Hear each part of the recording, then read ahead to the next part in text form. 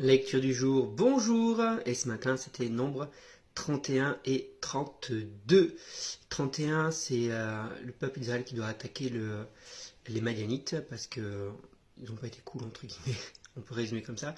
Et ils font une grave erreur, le peuple d'Israël, c'est qu'ils reviennent avec les femmes Madianites.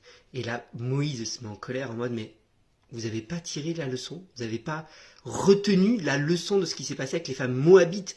Elles vous ont entraîné dans le péché, dans l'idolâtrie, et vous revenez avec des femmes étrangères qui potentiellement vont vont vous entraîner dans le même péché, et donc avoir les mêmes conséquences, à savoir que l'Éternel va se mettre en colère contre vous. Et je me dis, c'est une vraie leçon dans nos vies. Premièrement, ça c'est classique, mais apprendre les leçons du passé pour ne pas recommettre, pour ne pas recommencer les mêmes erreurs, ne pas retomber dans les mêmes travers. Et surtout dans nos vies, on a tous nos faiblesses, on a tous nos portes d'entrée, on sait que là, il vaut mieux pas y aller. Et donc quand tu sais ça, n'y va pas. Ne va pas chercher les choses, te croire plus fort ou quoi que ce soit.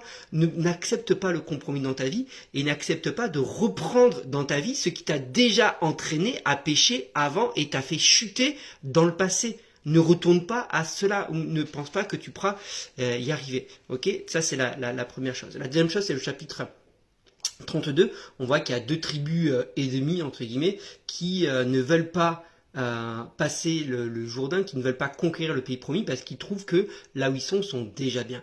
Et je me dis parfois c'est dommage de s'arrêter, tu penses être arrivé ou tu refuses même, tu dis ok, Dieu a prévu telle chose pour ma vie, mais au final ça c'est bien déjà.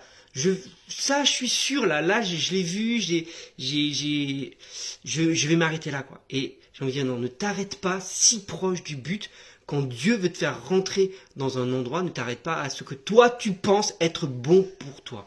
Dieu a vraiment quelque chose de bon pour toi et fais-lui confiance. Fais-lui confiance sur ce que lui a prévu de bon pour toi. Et dans l'avenir et dans le reste de l'histoire, on sait que ce sont les premières tribus qui qui vont abandonner un peu l'Éternel, deux qui seront attaquées forcément puisqu'elles seront même pas vraiment inclus dans le reste du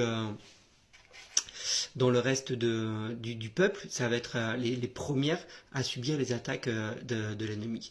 Donc ne t'arrête pas si proche du pays promis. Laisse Dieu te conduire dans ce que lui a prévu de bon pour toi et ne t'arrête pas une fois de plus ce que tes yeux ont vu et ce que toi tu décides de ce qui est bon. Laisse Dieu choisir. Bonne journée.